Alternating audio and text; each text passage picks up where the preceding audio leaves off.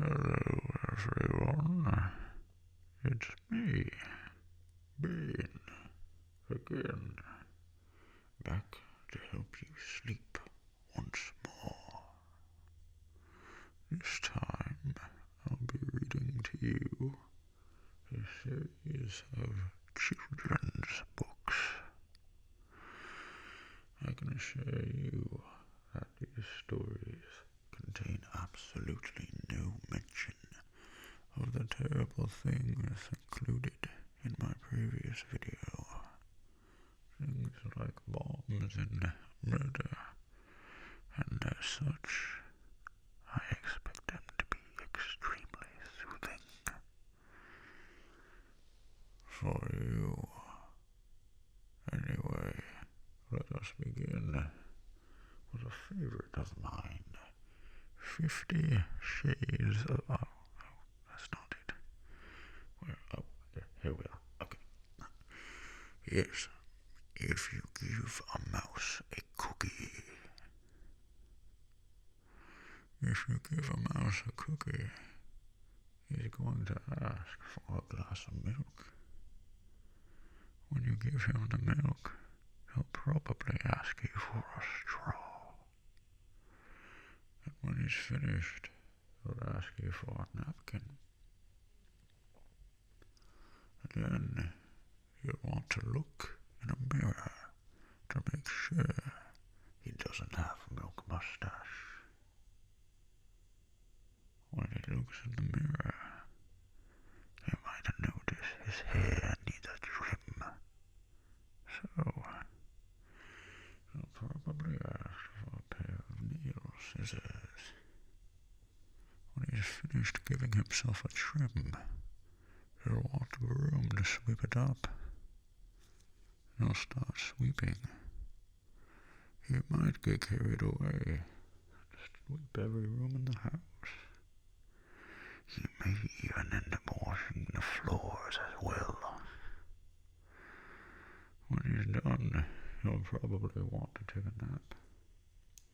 You'll have to fix up a little box for him with a blanket and a pillow.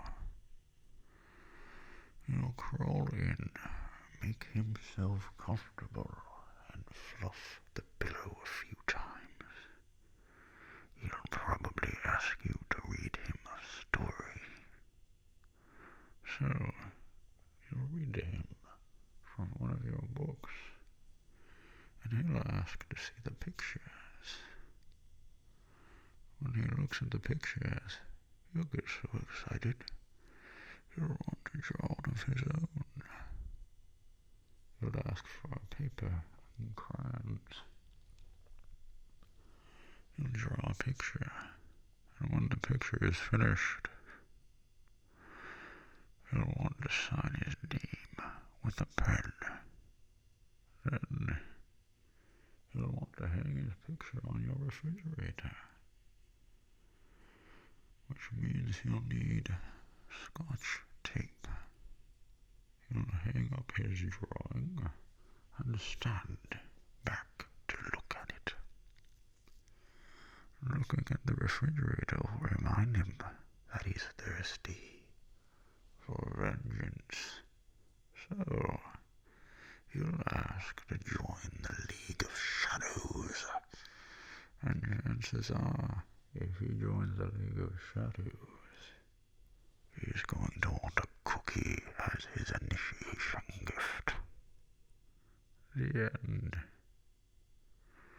I trust that you enjoyed this first story, although as you may have noticed, I made some necessary changes to it.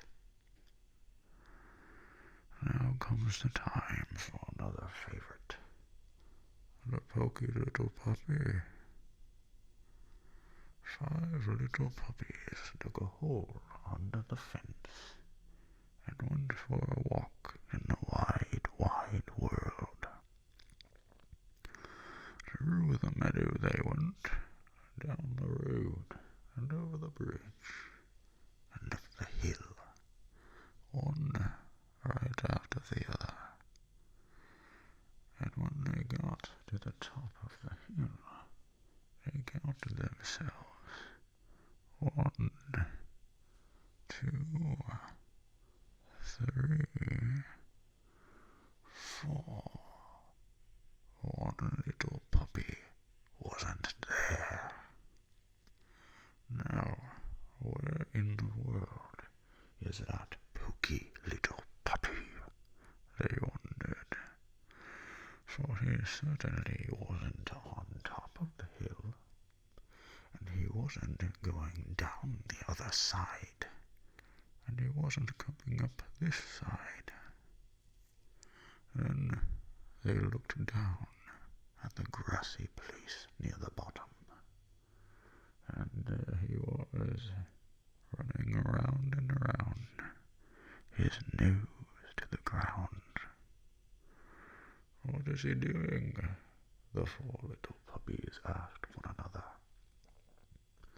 And down they went to see, roly-poly, pell-mell, tumble-bumble, till they came to the green grass and stopped short. What in the world are you doing? They asked. I smell something, said the Poky little puppy. And then the 4 puppies began to sniff, and they smelled it too. Bruce Wayne's tears, they said, and home they went as fast as they could, over the bridge, up the road, through the meadow, and under the fence. And there, sure enough, was dinner waiting for them, with Bruce Wayne's tears for dessert. But their mother was greatly displeased. So, you're the Poky little puppies that dig holes under fences, she said. No tears for you tonight. She bade them go straight to bed. But the Poky little puppy came home after everyone was asleep, and drank up all of the tears, and he crawled into bed, happy as a lark. The next morning, someone had filled up the hole and put up a sign, and the sign said, "Don't ever dig holes under this fence." But in spite of that, the 5 little puppies dug a hole under the fence and went out for a walk in the wide, wide world. Through the meadow they went, down the road, over the bridge, across the green, and up the hill. 2 and 2 they went, and when they got to the top of the hill, they counted themselves. 1 little puppy wasn't there. Where is that Poky little puppy? They wondered, for he wasn't on top of the hill, or going down the other side, or coming up this side. And they looked down at the grassy place at the bottom of the hill, and there he was, looking hard at something on the ground in front of him. What is he doing? The 4 little puppies asked one another, and down they went to see. Roly-poly, pell-mell, tumble-bumble, until they stopped short. It was a pile of Gotham's ashes, lying there in the grass. Gotham's ashes, they cried, and home they went as fast as they could, over the bridge, up the road, through the meadow, and under the fence,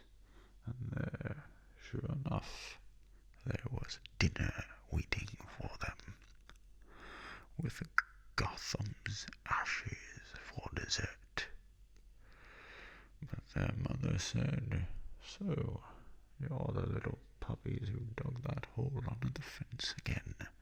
No ashes for supper tonight." And she made them go straight to bed. But the 4 little puppies waited until they thought she was asleep, and they slipped out and filled the hole. When they turned around, there was their mother waiting for them. "Well, what good little puppies," she said. "Come and have some of Gotham's ashes." And this time, when the Poky little puppy got home, he had to squeeze in through a wide place in the fence. And there were his 4 brothers and sisters, licking the last of the ashes from their saucers. "Dear me," said his mother, "it's a pity you're so poky. Now all of Gotham's ashes are gone." So the poky little puppy had to go to bed without a single bite, and he felt very sorry for himself. On the next morning, someone had to put up a sign that read, "No dessert, ever, unless puppies never dig holes under this fence again. Never. Or no dessert for little puppies, poky or otherwise, without a single bite." Ah, such a fantastic story. Surely one of my favorites. Next comes a story about a very serious, important topic. It goes by the name of Everyone Poops. An elephant makes a big poop. A mouse makes a tiny poop. A one-hump camel makes a one-hump poop. A two-hump camel makes a two-hump poop. Only kidding. Fish poop. Batman poops a lot. And so do birds and bugs too. Even Bane poops. Speaking of which, I'll be right back. Okay, where were we? Oh yes. Different animals make different kinds of poop. Different shapes, different colors, even different smells. Which end is the snake's behind? What does whale poop look like? Some stop to poop. Others do it on the move. Some poop here and there. Others do it in a special place. Grown-ups poop. Children poop too. While some children poop on the potty, others poop in their diapers. Some animals poop and pay no attention. Others clean up after themselves. These poop by the water. This one does it in the water. He wipes himself with paper and flushes it down. All living things eat, so everyone poops. Such a classic. Next we have The Cat in the Hat by Dr. Seuss. The sun did not shine. It was too wet to play. So we sat in the house all that cold, wet day. I sat there with Sally. We sat there, we two, and I said how I wish we had something to do. Too wet to go out and too cold to play ball. So we sat in the house. We did nothing at all. So all we could do was to sit,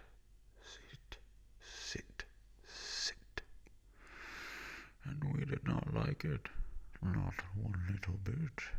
And then something went bump. How that bump made us jump. We looked, and we saw him step in on the mat. We looked, and we saw him, the cat in the hat. And he said to us, no one cared who I was until I put on the hat. Why do you sit there like that? I know it is wet and the sun is not sunny, but we can have lots of good fun that is funny. I know some good games we could play, said the cat. I know some new tricks, said the cat in the hat. A lot of good tricks. I will show them to you. Your mother will not mind at all if I do. And Sally and I did not know what to say. Our mother was out of the house for the day, but our fish said no, make that cat go away. Tell that cat in the hat you do not want to play. He should not be here. He should not be about. He should not be here when your mother is out. No, have no fear, said the cat. My tricks are not bad, said the cat in the hat. Why, we can have lots of good fun, if you wish, with a game that I call Up with a fish. Put me down, said the fish. This is no fun at all. Put me down, said the fish. I do not wish to fall. Have no fear, said the cat. I will not let you fall. I will hold you up high as I stand on a ball, with a book on one hand and a cup on my hat. But that is not all I can do, said the cat. Look at me now, said the cat, with a cup and a cake on the top of my hat. I can hold up 2 books. I can hold up the fish, and a little toy ship, and some milk on a dish. And look, I can hop up and down on the ball. But that is not all, oh no, that is not all. Look at me now. It is fun to have fun, but you have to know how. I can hold up the cup and the milk and the cake.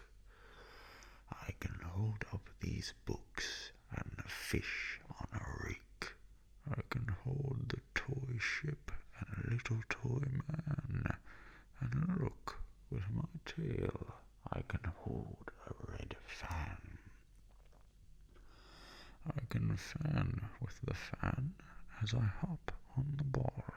But that is not all. Oh no, that is not all. That is what the cat said. Then he fell on his head. He came down with a bump from up there on the ball, and Sally and I, we saw all of the things fall. And our fish came down too. He fell into a pot. He said, "Do I like this? Oh no, I do not." "This is not a good game," said our fish as he lit. "No, I do not like it, not one little bit." "Now look what you did," said the fish to the cat. "Now look at this house, look at this, look at that. You sank our toy ship, sank it deep in the cake. You shook up our house and you bent our new rake. You should not be here when our mother is not. You should get out of this house," said the fish in the pot. "But I like to be here. Oh, I like it a lot," said the cat in the hat to the fish in the pot. "I will not go away. I do not wish to go." "And so," said the cat in the hat, so, I will show you another good game I know." And then he ran out, and then, fast as a fox, the cat in the hat came back in with a box. A big red wood box. It was shut with a hook. "Now look at this trick," said the cat. "Take a look." And he got up on top with the tip of his hat. "I call this game Fun in a Box," said the cat. "In this box there are two things I will show to you now. You will like these two things," said the cat with a bow. "I will pick up the hook. You will see something new. Two things, and I call them Thing 1 and Thing 2. These things will not bite you. They want to have fun." Then out of the box came Thing 2 and Thing 1, and they ran to us fast. They said, "How do you do? Would you like to shake hands with Thing 1 and Thing 2? And Sally and I did not know what to do, so we had to shake hands with Thing 1 and Thing 2. We shook their two hands, but our fish said, "No, no, those things should not be in this house. Make them go. They should not be here when your mother is not. Put them out, put them out," said the fish in the pot. "Have no fear, little fish," said the cat in the hat. "These things are good things," and he gave them a pat. "They are tame, oh so tame. They have come here to play. They will give you some fun on this wet, wet, wet day. Now, here is a game that they like," said the cat. "They like to fly kites," said the cat in the hat. "No, not in the house," said the fish in the pot. "They should not fly kites in a house. They should not. Oh, the things they will bump. Oh, the things they will hit. Oh, I do not like it. Not one little bit." And Sally and I saw them run down the hall. We saw those two things bump their kites on the wall. Bump, thump, bump, thump. thing 2 and thing 1. They ran up, they ran down. On the string of one kite we saw Mother's new gown. Her gown with the dots that are pink, white, and red. And we saw one kite bump on the head of her bed. And those things ran about with big jumps, bumps, and kicks, with hops and big thumps and all kinds of bad tricks. And I said, I do not like the way that they play.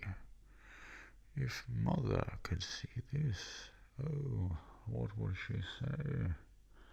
And our fish said, look, look, and our fish shook with fear. Your mother is on her way home. Do you hear? Oh, what will she do to us? What will she say? Oh, she will not like it to find us this way. So do something fast, said the fish. Do you hear? I saw her. Your mother is near. So as fast as you can, think of something to do. You will have to get rid of thing 1 and thing 2. So as fast as I could, I went after my net. And I said, with my net I can get them, I bet. I bet with my net I can get those things yet. Then I let down my net, and it came down with a plop, and I had them. At last those 2 things had to stop. And I said to the cat, now you do as I say. You pack up those things and you take them away. Oh dear, said the cat, you do not like our game. Oh dear, what a shame, what a shame, what a shame. Then he shut up the things in the box with the hook, and the cat went away with a sad kind of look. That is good, said the fish. He has gone away. Yes, but your mother will come. She will find this big mess, and this mess is so big and so deep and so tall, we cannot pick it up. There is no way at all. And then, who was back in the house? Why, the cat. Have no fear of this mess, said the cat in the hat. I always pick up all my playthings, and so I will show you another good trick that I know. Then we saw him pick up all the things that were down. He picked up the cake, and the rake, and the gown, and the milk, and the strings, and the books, and the dish, and the fan, and the cup, and the ship, and the fish. And he put them away.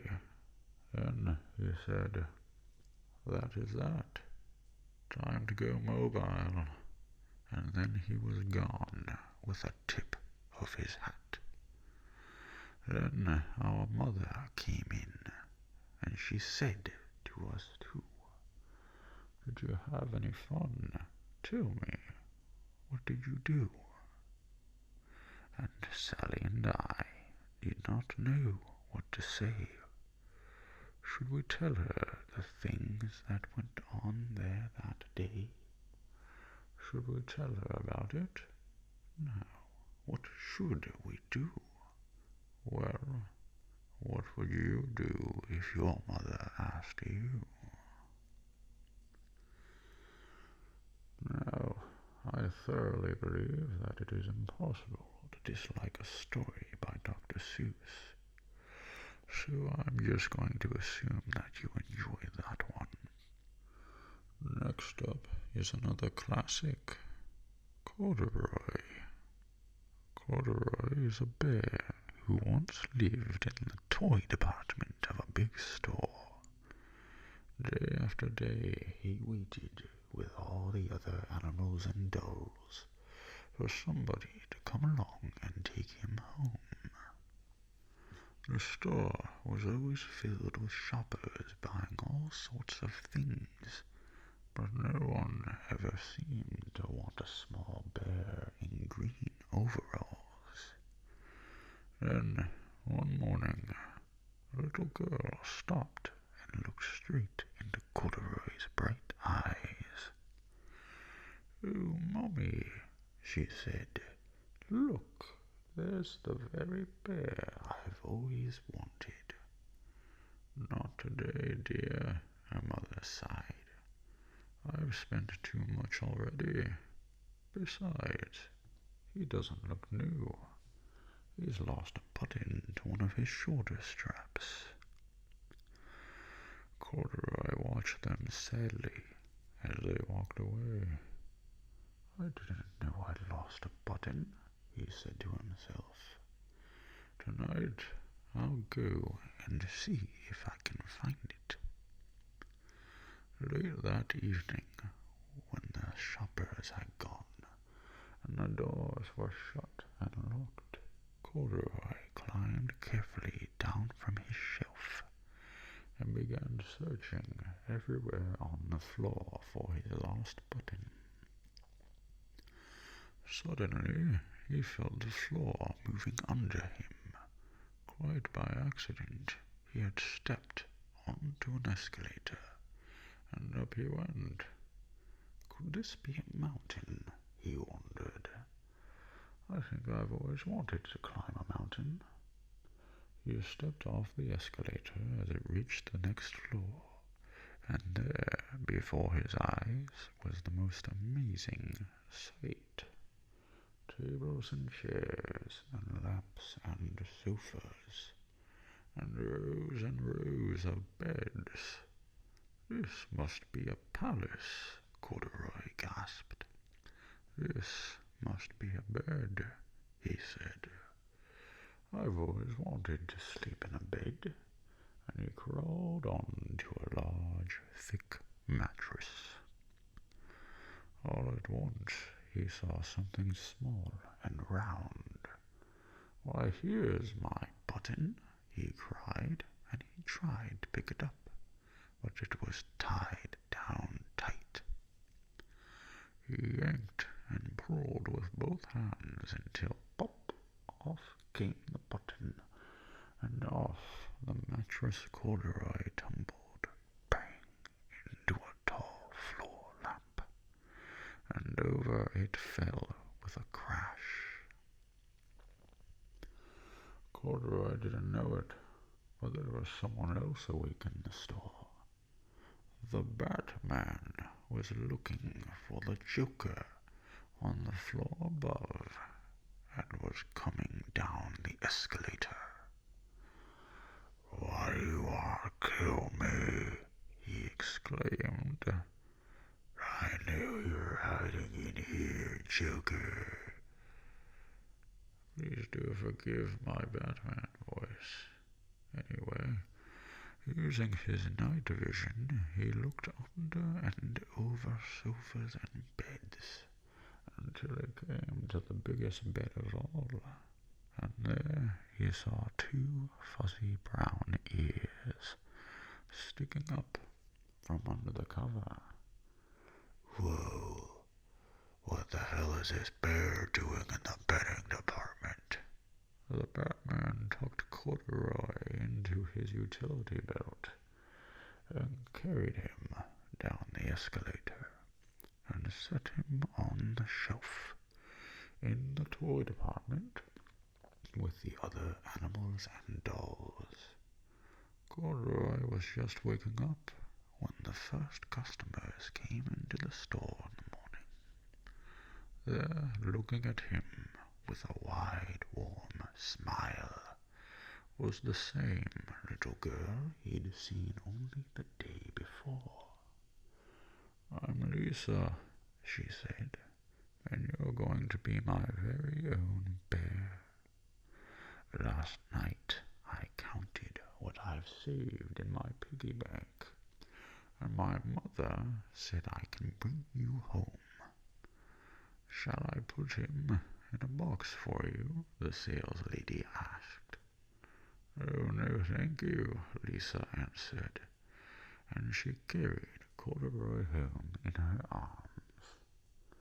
She ran all the way up 4 flights of stairs into her family's apartment and straight to her own room. Corduroy blinked. There was a chair and a chest of drawers, and alongside a girl-sized bed stood a little bed just the right size for him. "This must be home," he said. "I know I've always wanted one." Lisa sat down with Corduroy on her lap and began to sew a button on his overalls.